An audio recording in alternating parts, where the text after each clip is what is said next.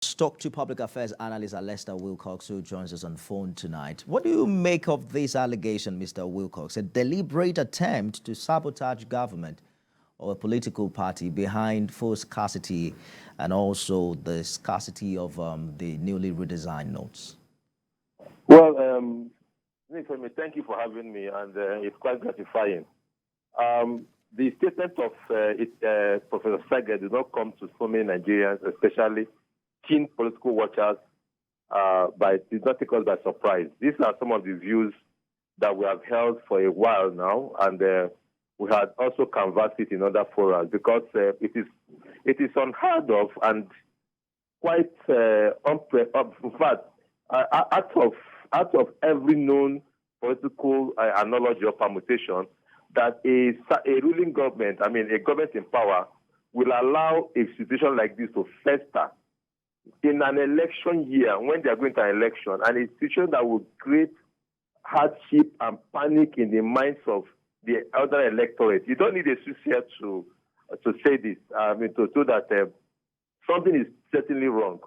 I dare say that in the last 7 years of this administration, Nigerians have not had prolonged fuel scarcity, especially at Christmas period. In fact, advocates of this government has always used that as part of their selling point to the fact that under the previous administration, every December, every Christmas, Nigerians go through excruciating fuel scarcity. But since 2016, I can remember, till just this last one, at no time during the Christmas period that Nigerians have experienced fuel scarcity. So the point that it started sometime early in December and has continued unabated. And the worst part of it, Nifemi, is the fact that no government official is saying anything as to the cause, as to what is going on. So it's lends credence to the fact that some fifth colonist is working against itself in the government. And who is the target? Of course, Asiwaju Bola, Ahmed Tinubu. Because look at the second policy again on currency redenomination or redesigning. Yes, I agree to the fact that currencies need to be redesigned at regular intervals. But the time this one came shows also to the fact that maybe the government wants to play a level playing field, certainly. But you need money, especially physical cash during election, for logistic purposes. Elections are expensive ventures. And then so when you now restrict access to cash, so who are you targeting? Of course, certainly not the very small politicians. I hear you, Mr. Wilcox. Talking about how government is reacting, we're hearing that the president ordered the finance minister, DSS and EFCs, as well as customs to end petrol scarcity. But I'd like us to quickly touch on what you've just talked about. We see now that this issue of the redesigned naira has deteriorated into the House of Reps Speaker threatening to issue an arrest warrant on the CBN governor. Commercial banks were with the lawmakers earlier today, and they agreed with the House of Reps that this policy should be further postponed. Why would you think that the CBN is insisting on the 31st January deadline? Well, with respect to your last statement on the president giving a directive, I think it's coming too late in the day. The damage has been done. Well, except because elections is going to hold in 1 month's time from now. So except between now and the next 1 week, there is free flow of traffic in terms of fuel all over the place. I think the president spoke too late, and the damage has already been done. Nigerians are angry with the government, and so anything about this government will anger Nigerians, even though they'll be sympathetic. But with respect to the currency denomination, the CBN has a right, it's within their constitutional power to redesign currency. But when it is done with impunity, to create impunity against the people, to create hardship.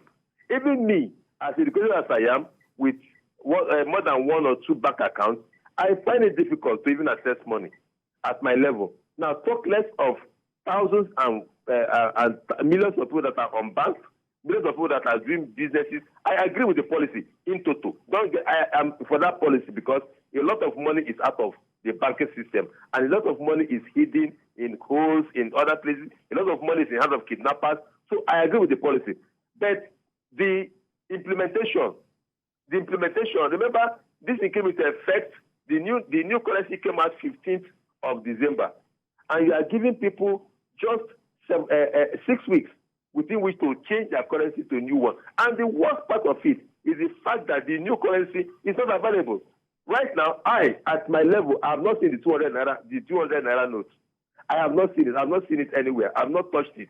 Yes, I've seen the 1,000, I've seen the 500, but I've not seen the 200. And the 200 is the lower, for 200 naira today, it's about the lowest level exchange, higher exchange denomination.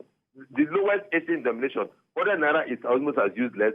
50 naira is almost as useless. So 200 naira is still the highest exchange value of money, the lowest that people used to do business, and it's not available. And you are seeing it 16 December 31. Then something is wrong. Something is fishy. It is really a calculated attempt to frustrate the election, either to bring disharmony to the people or to cause chaos. Because while I agree with the policy, implementation is wrong. You've not rolled out this money. This money is not anywhere. You cannot get it at the bank counter. You only go to ATM. And you go to ATM, you are restricted.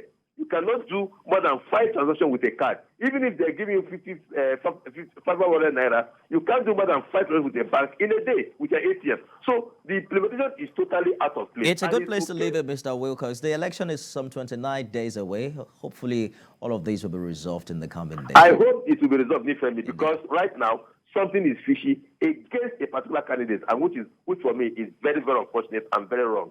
Public Affairs Analyst Alesta Wilcox, thank you for your time. For having me.